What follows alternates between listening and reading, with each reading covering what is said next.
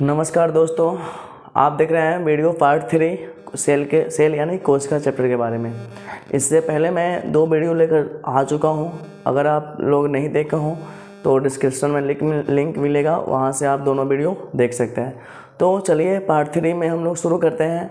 इसमें हम लोग पढ़ेंगे एनिमल सेल यानी जंतु कोशिका। इसके पहले वीडियो में हमने पादप कोशिका और जंतु कोशिका के बारे में थोड़ा सा नॉलेज दिया था।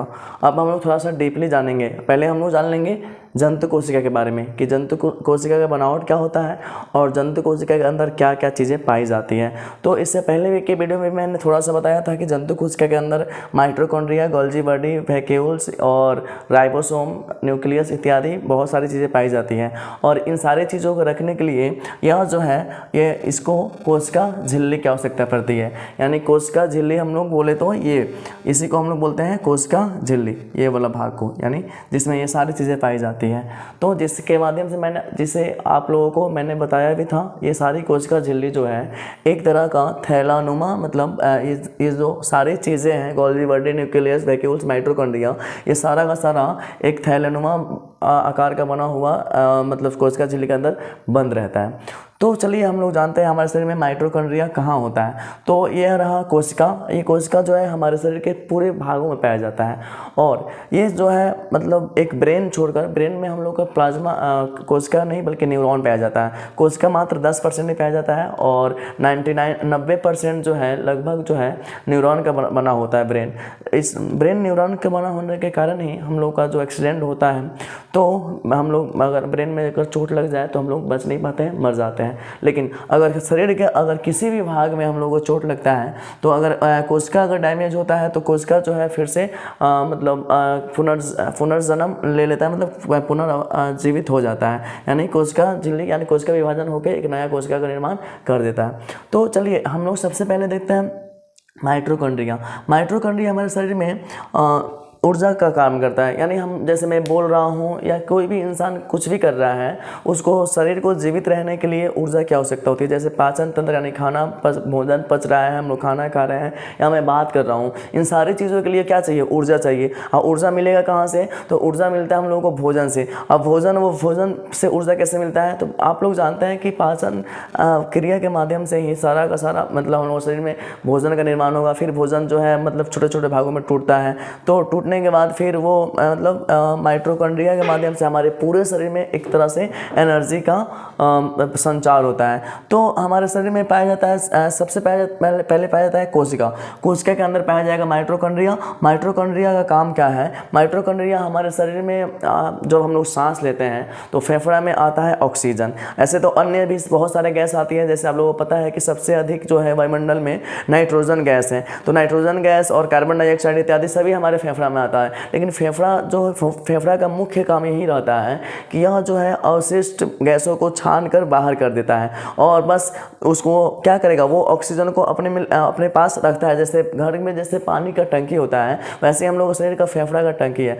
पानी में घर के पानी के टंकी में पानी स्टोर होता है और जहाँ भी हम लोग को पानी का आवश्यकता रहता है अपना नल लगाकर और पानी का यूज़ कर लेते हैं। वैसे ही हमारे शरीर में ये समझिए फेफड़ा जो एक पानी की टंकी है। इसमें हम लोग जब सांस लेते हैं तो हमारे नाक के माध्यम से फेफड़ा में ऑक्सीजन स्टोर होता है और उस ऑक्सीजन को हीमोग्लोबिन यानी ब्लड यानी रक्त के माध्यम से जो है माइटोकॉन्ड्रिया लेके पूरे शरीर में पहुंचाता है। और जब पूरे शरीर में माइटोकॉन्ड्रिया यानी ऑक्सीजन को लेके घूमता है, जो कि एक साइकिल होता है जिसको हम लोग बोलते हैं क्रेब्स साइकिल। क्रेब्स साइकिल के माध्यम से हमारे शरीर में 38 ATP का निर्माण होता है और ये 38 ATP जो है ये एक ग्लूकोज का निर्माण करते हैं। और जब ये ग्लूकोज जो है हम लोग के शरीर में एक ऊर्जा प्रदान करता है। तो ये हम लोग यह जो है किसका काम है? माइटोकॉन्ड्रिया का। उसके बाद आता है हमारे शरीर में गोल्गी बॉडी।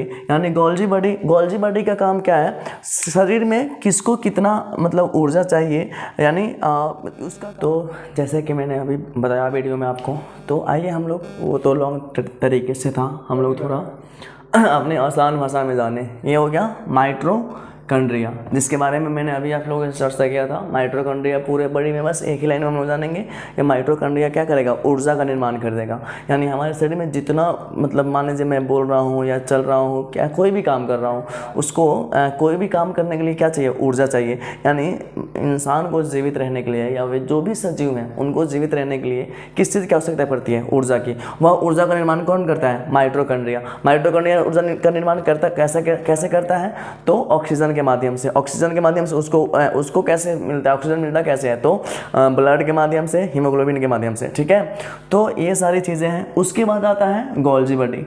गोल्जी बॉडी का जो कार्य है, यह जो है ऊर्जा का क्या करेगा ना, परिवहन करेगा। यानी किसको कितना ऊर्जा चाहिए वो कौन देता है, गोल्जी बॉडी देता है। यानी एक तरह से समझिए ऊर्जा को स्टोर भी करता है और क्या करता है, और किसको कितना ऊर्जा चाहिए। जैसे मैं बोल रहा हूँ तो मैं जब बोल रहा हूँ तो क्या मैं मतलब सबसे ज़्यादा ऊर्जा किसको चाहिए, जीव को चाहिए। यानी जीव के माध्यम से मैं बात कर रहा हूँ, यानी पढ़ा रहा हूँ आप लोगों को। तो सबसे ज़्यादा ऊर्जा मेरा जो शरीर का जो ऊर्जा है वो जो है ऊर्जा कहाँ पे आएगा, यानी जीव के पास। यानी मेरा ऊर्जा जो भी शरीर में जो ऊर्जा बना है वो जीव के पास आएगा, बोलने में वो ऊर्जा लगेगा। अगर कोई व्यक्ति मान लीजिए कुदाल से खेती कर रहा है, या फिर कोई मान लीजिए कोई लेडीज़ है, लड़की है, रोटी बेल रही है, तो रोटी बेलने में उसका हाथ का काम आ रहा है। तो हाथ यानी हाथ का मतलब उसके शरीर का जो भी ऊर्जा है वो कहाँ आएगा, हाथ में आएगा। या कोई कुदाल से खेत कोड़ रहा है तो उसका ऊर्जा कहाँ आएगा, यानी कुदाल से खेत यानी हाथ में आएगा। या कोई दौड़ रहा है, अगर मान लीजिए कोई व्यक्ति दौड़ रहा है तो दौड़ने में सबसे ज़्यादा ऊर्जा कहाँ किसका मतलब यूज होगा, पैर में। तो सारा का सारा बॉडी का ऊर्जा मतलब लगभग ज़्यादा से ज़्यादा ऊर्जा किसको पहुँचाएगा, पैर के पास। यानी पैर में वो दौड़ेगा तो उसका ऊर्जा सबसे ज़्यादा खपत कहाँ होगा, पैर के पास, ठीक है। तो ये जो गोल्जी बॉडी जो है, गोल्जी बॉडी का काम है कि पूरे शरीर में किसको कितना ऊर्जा चाहिए ये यहीं पहुंचाता है ये गोल्जी बॉडी। इसमें ऊर्जा स्टोर भी रहता है। मान लीजिए माइटोकॉन्ड्रिया तो हो गया कि नॉर्मली सबको ऊर्जा देगा ही देगा, लेकिन गोल्जी बॉडी क्या करेगा, ये समझिए एक तरह से परिवहन करता है और कुछ ऊर्जा को अपने पास स्टोर भी रखता है कि मान लीजिए इमरजेंसी के समय में थोड़ा सा काम आ सके। मैं केवल सेंट्रोसोम एंडोप्लाज्मिक रेटिकुलम के बारे में, क्योंकि यह टॉपिक बहुत बड़ा बन जाएगा और वीडियो जब बड़ा बनेगा तो आप लोग देख नहीं पाएंगे। तब तक के लिए जय हिंद, फिर मिलते हैं अगले नेक्स्ट